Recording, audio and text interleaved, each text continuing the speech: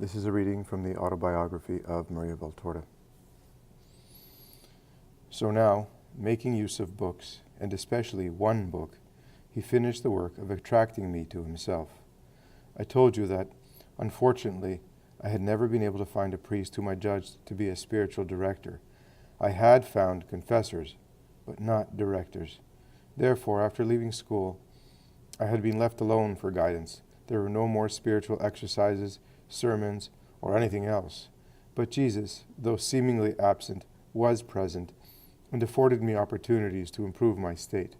In that time of sadness during the winter of 1920 to 21, as feeling all my dearest bonds to be broken, I drew closer and closer to my God, still a bit shyly, for I did not know to what point one may show daring in the way of love and confidence. My master gave me a powerful push through a book. Don't be scandalized, Father.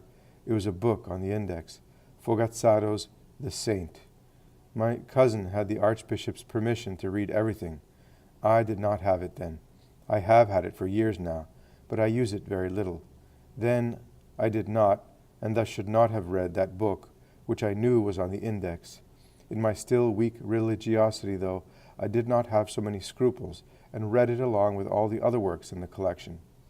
I liked the others more or less, but I liked them as real novels, that is, beautiful stories read to pass the time, which once read are over and done with. The Saint, however, left an indelible mark on my heart, and a good one. I won't go into the reason for its being condemned to the index. Those are matters which do not concern me. The high-level authorities that condemned it must have had their proper reason. Even now I ask myself what this reason may be, and I have asked many priests. I have always been left, though, without an explanation which satisfied me. But as for me, and I have heard the same from others, this book did me much good. It sent me sailing along the great river, indeed the ocean of divine mercy, and comforted me to hope in the supernatural values of the expiation of repentance, which, like a second baptism, renders us once again snow-white and acceptable to God. Seeing the progress, spiritual victories, and elevation of Franco into the kingdom of the Spirit gave me wings and energy to become bold in love. Footnote. Not Franco, but Piero Maironi, nicknamed Benedetto, is the protagonist of Antonio Fogazzaro's novel, The Saint, published in 1905. Until then, on remembering my falls, I had always been a bit paralyzed, like a child who knows he has been naughty, and though being aware of being forgiven, is still intimidated by the memory of his prank. For over a year I had been hoping deeply in the Lord and in his mercy, but I still did not dare to tell him, I love you. I consecrate myself to you. I place myself entirely at your service. I had so pained my God. Fogazzaro convinced me that no fault is so great, that it is not amenable to redemption, that no memory of past blame should be an obstacle to our advancing in goodness, and that we must not offend the Lord by thinking he is so little a father as to be more a judge than a savior. I later found this holy doctrine in the writings of Blessed Claude de la Colombière, and especially of Sister Benigna Consolata Ferrero, which are nothing but dictations from Jesus. But for over 2 years, the one who cast me into the great sea of divine mercy was Fogazzaro. With his saint, I sometimes think that for the good that the book has done to my soul and other souls wounded like mine, fearful like mine, God must have given the writer his peace. In April 1921, Mother had to think of returning to Florence. A law had been issued prohibiting keeping apartments without living in them, so it was a question of either going back to Florence or transporting furniture and residence to Reggio. I had nothing against settling in Calabria. Indeed, I would have wanted to. I understood that I was really finished with Mario, and just the idea of returning to Florence, where everything reminded me both of Roberto and Mario, and all my former sorrows, caused me terror. In Reggio, it was easier for me to try and get over the web of memories, such a sad one that the imbecility would be desirable so as to remember no more. Such a sad one that imbecility would be desirable so as to remember no more. In Florence, I would relapse into my solitude and my penury of affections. Mother, too, would have liked to remain in Reggio, the only time in our lives Mother and I wished for the same thing, though for different reasons. For Mother, going back to Florence meant risking coming across the Colonel and his son. encounters disapproved of, if involving me, one never knows. I might reach an agreement with two of them, and she certainly couldn't keep me imprisoned at home forever. Hateful meetings if occurring between the others and herself, for there is nothing like having acted badly with a certain person to make us try to avoid running in the latter. Just seeing that individual, nothing more, arouses the voice of our reproachful conscience. But my father, who had so many friends in Florence, military men like himself, utterly refused to yield. Here as well, for the first time, the astounding event took place of father's imposing his will. With a tantrum truly worthy of a stubborn child, he said that if we did not go, he would leave by himself, but he would not stay in Reggio forever. Why? Heaven knows. In Reggio he was just fine, amused himself, spent nothing, and would have continued not to spend, for at hotels there are never enough people to keep an eye on maids, waiters, cooks, and others, and our cousins asked us to stay and help them supervise, so he also benefited financially. But he would not give in. I begged father not to go back to Florence, out of love for me. I couldn't go back. I would suffer too much. The third, unique, uncommon event. Father, who always contented me, who always wanted me with him, replied, "Stay if you like. Mother and I shall leave." Nothing made him change his mind. Mother was on tenterhooks. Then she decided, since Clotilde was telling her that she would gladly keep me with her, I would remain down there, and the two of them would go to Florence. Just to avoid my being able to see Mario, she decided to keep me at a distance. A fixed idea can push you that far. After having buried me under an avalanche of woes, woe to you if you write to the colonel, woe if you write to Mario's grandmother, heaven help you if you write to him, woe if you get in touch with any of the clients at the hotel, woe, woe, and more woe. And she left. She would surely not have left if she had known that on March 14th I had received a picture postcard from Mario addressed to Florence and sent on to me by our landlord, on which Mario had written these words alone, "As long as I live, and after." It had been the loveliest gift for my 25th birthday. Footnote. To be exact, on March 14th, 1921, she celebrated her 24th birthday. 7 paragraphs above she had written 1922, which she later corrected as 1921. Similarly, she should probably have replaced 25th with 24th. It had made me cry all day with emotion, for I saw that Mario still loved me. Clotilde had told me, "Answer him, silly girl, live your own life." But I no longer had the courage to try for the third time, convinced that it would cause a third disaster.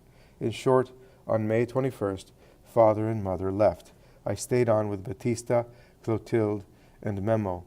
My health, in spite of my cousin's delicate care for 8 months now, was not improving at all. Affliction was gradually destroying me like a malignant tumor. I wasted away, grew pale, and felt myself getting weaker and weaker. With the arrival of intense heat in June, I declined completely. I lived exclusively on cups of cold coffee and fruit. I couldn't eat anything else. Sleeping was impossible for me. In the morning, I was a poor rag with eyes reddened from insomnia and with a great need for sleep weighing upon my heart, but never becoming real sleep. I would get up very early and go into the garden to breathe in the fresh, perfumed air of the summer dawn. Then Mimino and I would go to the sea in a carriage. My cousins had an enormous beach house, nearly a chalet, very comfortable and well furnished. A beautiful veranda adorned it, which was right above the sapphire waves of the lovely Calabrian Sea, with that intense, almost unreal blue that is proper to the southern seas. While Mimino bathed with the little cousins and other friends of his age, I stayed on the veranda, lounging in an armchair. I did not read or work. I stayed there with my eyes almost always closed, for even looking around was burdensome to me, detached as I was from everyone and everything, united only to distant Mario. At times, I was so worn out that I asked Mimino to throw bathrobes and cushions to the ground, onto the mat covering the shorehouse floor, and I would fling myself down in the shade like a poor, sick dog, marking my sad thoughts by the swashing of the waves against the shore and the piles holding up the building.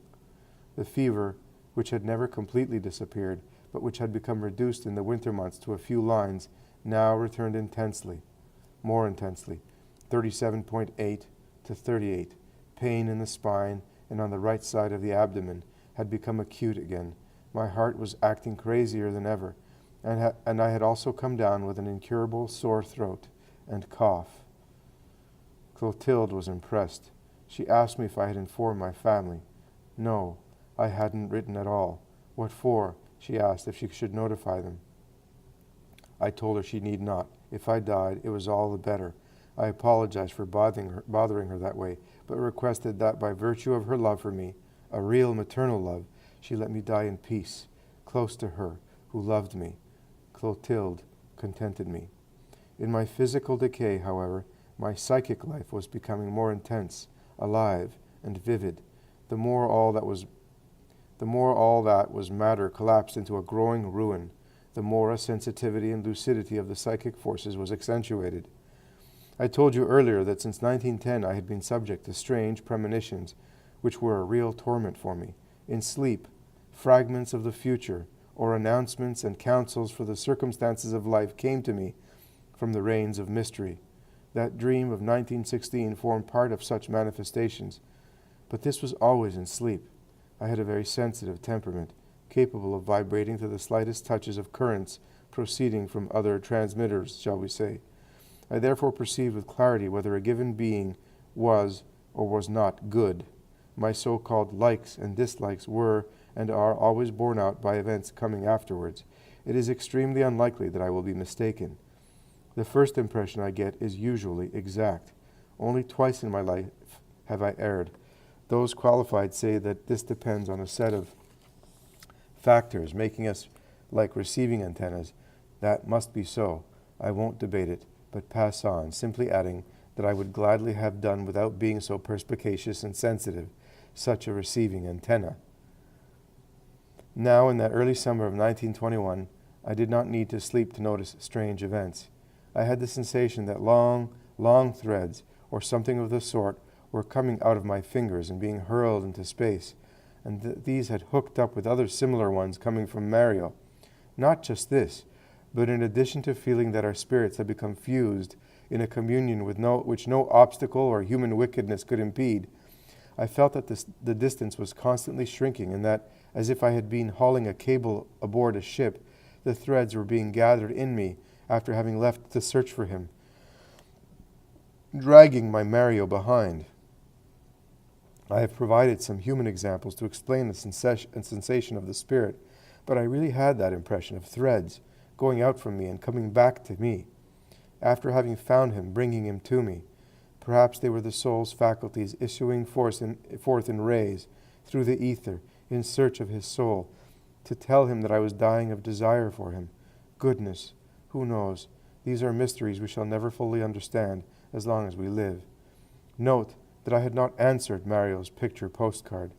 Towards the end of July, I could give you the date, but it is burdensome for me to open that chest containing all the letters from Mario, his relatives, and my mother, referring to Mario himself, letters I have always kept which offer irrefutable proof that the facts are as I have described them. I received a letter from Mario's aunt, who was about to enter a cloistered convent. This aunt wrote to send her regards and convey abundant affection and kindness on behalf of her mother as well, the aged grandmother who had already viewed me as a granddaughter. She also said, "Pray, and you will see that Jesus will make you happy, and you will experience joy." The good Gabriella was referring to one aspect, but I, who did not know what else was in store, believed she was speaking of another, entirely spiritual. You will ask, how did this aunt manage to discover where you were? Very simple. Over Easter, Mario had been in Florence on leave, and had coaxed our landlord, who, like a cicada whose belly is tickled, had spilled the beans, telling him where we were. And not just that, but informing him that mother and father would soon return to Florence, and I would remain there. All that mother had feared would be said, and had begged him not to say, was passed on by the landlord. I do not know whether he did so out of imprudence, on account of absent-mindedness due to age, or deliberately, deeming mother's actions to be unjust. I have never asked about it. The fact is that Mario was informed about where I was, and about my soon being left alone there. I answered Aunt Gabriella, thanking her for thinking of me and asking her to send my regards to the grandmother and pray for me at her convent, and that's all. And I thought it was all over. On August the 5th, while we were having lunch, it was 2 p.m., for at hotels the owners usually eat before or after the clients, and my cousins always had lunch after the others, the waiter came to notify my cousin that a naval officer wished to speak to him. Not at all strange in a seaside city near Navy bases that officers should arrive, was it? They always appeared at the hotel, and yet I felt that it was him. I leapt to my feet, leaving the coffee which had constituted my meal in the lurch, and escaped. Yes, Father, I escaped. I am writing it very clearly so that you will read it. I ran to take refuge in my room and locked myself in. Why? Because joy was suffocating me. I was afraid I would not be able to contain myself in the sight of the others, and in joy and sorrow I have always had great modesty, and have never wanted to expose my most intimate feelings to public view. I wept and laughed at the same time, prayed, blessed God, and felt myself dying and being reborn with every beat of my heart, which was leaping in my chest like one possessed. I was certain, ever so certain, that Mario had come, that the officer could only be him. I was happy, ever so happy, that he had come, that he had loved me to the point of not believing the deceitful words which had been said to him. Oh, why can't life and certain hours be brought to a halt? I would not even have wanted to pass on to a more joyful hour. No, I would have wished to stop at that one, that alone. My cousin came up to tell me through the closed door that it was Mario himself, and that I should go down. Short of breath, I replied that I would as soon as I saw I had that joy under control. Sorrow is a blow crushing us when falling suddenly upon us, but so is joy. I clearly grasped that one can die in an hour of joy, fulminated by it. I finally went down with my legs trembling. He was in a little room at the foot of the stairs. I still do not know if I cried out or remained silent, whether I ran to him or he to me. I know nothing. When I began to be aware, I found myself in his arms. Days later, Memo said, "We thought you were dying." Mario had come to clarify things. He had faithfully presented himself to my cousins, asking them if they thought I still felt affection for him. If this affection existed, he would have himself announced to me. If, however, as my mother had said, I no longer thought of him and wanted to have nothing to do with him, he would leave again without even trying to greet me. He said he could not understand that I had acted on my own initiative, as Mother had said, and wished to hear the whole truth from upright, responsible people who really loved me. When he heard it, he had asked what that I be called. He stayed a few hours of reverie whose sunlight has remained enclosed within me, whose sweetness has been surpassed only by that of supernatural joys. He handed me the letter he had written on March 14th, and had afterwards not sent out of fear that it might fall into my mother's hands. I still have that letter. I have all of them. He assured me of his constant affection, of all his relatives' affection for me. He said he was now leaving for Constantinople, assigned to the international squadron then garrisoning the Turkish Straits, but that he was leaving happily. I was to write Mother in the meantime. With 990 kilometers between us, Mother could not tear me to pieces. Among other things, my cousins would help me. We would win. At Christmas or New Year's Eve, at the latest, he would come for the official engagement, and after a year, he had to remain in Istanbul for a year, we would be married. If Mother agreed, fine. If not, it was not necessary. I was now 25, and he had a career and the respectable capital of 300,000 lire, plus a villa in Rome and another in Moncalvo Monferrato, so there was no reason to be concerned about anything. If Mother took care of the trousseau, all well and good. If not, his grandmother would, for she was more than happy to open her heart, her arms, and her pocketbook to me.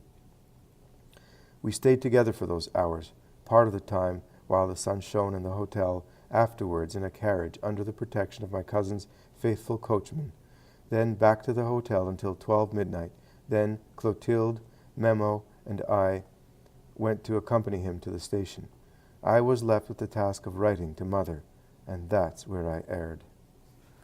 Clotilde said, "Write to say point blank that you are engaged and will get married in a year, and that's that. Your mother is an irrational sort, so it's useless to try to persuade her politely. She must be placed before the fait accompli. Later, along with Batista, I'll write explaining the rest. I should have paid attention to her, but I was an excessively respectful daughter. I preferred to use good grace rather than haughtiness, the only weapon to be employed against the overbearing, to put them in their place. The result? Endless anathemas, excommunications, maledictions, and jeremiads. I have all those letters, and if you wish, I'll let you read them. Then, as this was not enough, without hearing my cry of entreaty that she understood I had a right to love, as she had, she went to the colonel, dragging along that poor man who was my father, whose task was simply to say yes and no, like a marionette when mother tugged at a given thread. A dispute so violent that the colonel at a certain point found it opportune to break off by throwing out my mother and her overly weak husband must certainly have taken place. Other anathemas, excommunications, and jeremiads for me, who had caused that affront, and so on. But at a distance, and with my cousin's support, I was as brave as a lion, and withstood. Meanwhile, I miraculously bloomed again. I had promised Mario. Like a plant languishing in the heat, which a beneficent rain waters, I daily regained strength. Hope revived me, and joy nourished me. I was able to feed myself all over again. If I did not sleep, it was, however, no longer a question of those tormenting nights of worry. Love, our love, so faithful and pure, was restoring me entirely. My correspondence with mother lasted throughout August, September, and October. I countered all her obstacles with my own. She did not want to give me the dowry. It wasn't necessary. She did not want to make my trousseau. She need not. It was madness, and would cause my death. I would die in an hour of joy. In the meantime, I was getting better. Mario was not a serious man. He had given me the most beautiful proof of seriousness. Mario had been cunning and had presented himself to surprise and seduce me. Not at all true. He had spoken to my cousins before speaking to me, and so forth. Mario had written in turn, but mother had not replied. Indeed, in a rage, she had torn up the letter and the address. Seeing that nothing overcame me or him, mother turned to her favorite method. I once read in a book by a jurist that criminals always repeat their crimes using the same system. Each has his own method, and the police base themselves on the details, always the same, to recognize a given criminal. Without being material criminals who kill, rob, betray, and so on, people can be such morally, for whoever kills a heart robs a joy, a peace, or a reputation. Whoever betrays a person's trust is no less a criminal than someone killing a life, robbing a sum, or betraying his country. Unpunished crimes, seen only by God, but not on this account less criminal. Whoever commits them always follows his own method. Mother used hers, and I, a perfect fool, swallowed the bait, and Mario kept me company. At the end of October, after having received a very clear letter from Clotilde, mother pretended to surrender and resign herself, and asked me for Mario's address. Clotilde said, "Don't send it to her." But could I fail to send it? Wasn't it right and proper for those two, loved by me with the same intensity, though in different ways, to come to an understanding, to continue the war, not having mother's blessing for my marriage? Could I want that? I thus sent the address. From Florence to Istanbul, the mail took about a week, as also did from Istanbul to Reggio. Now then, when we compare the dates, it is undeniably clear that mother wrote to Mario, and he replied, and at the same time wrote me a letter which was a thoroughgoing protestation of affection, and ended as follows: "Your Mario, ever yours, completely yours, eternally yours." Mother wrote again, and Mario wrote no more. What did she say to him? Only she, he, and God know. Once, 8 years ago, when I was still half dazed by a crisis with delirium, I heard mother say to a woman present, "Ah, Ida, why did I ever write that letter?" You shouldn't think I misunderstood. The woman named Ida, when questioned by me the next day, confirmed that sentence of mother's. Mario never wrote me again, ever.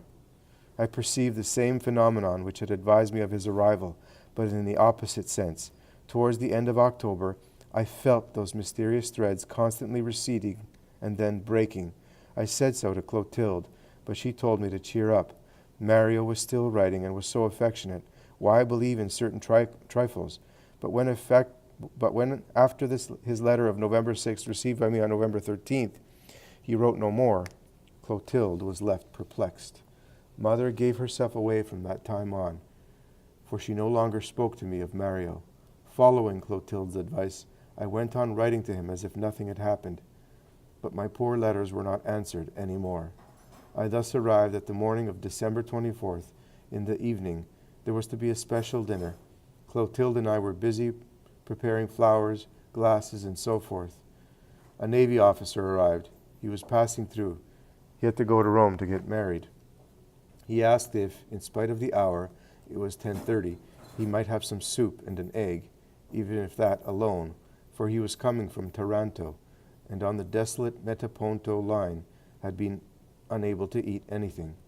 As he waited for the soup to cook, my cousin, who was eager to receive news of Mario, his silence caused an impression, and my assertions that it was all over on account of Mother shook her, asked this officer where he had come from.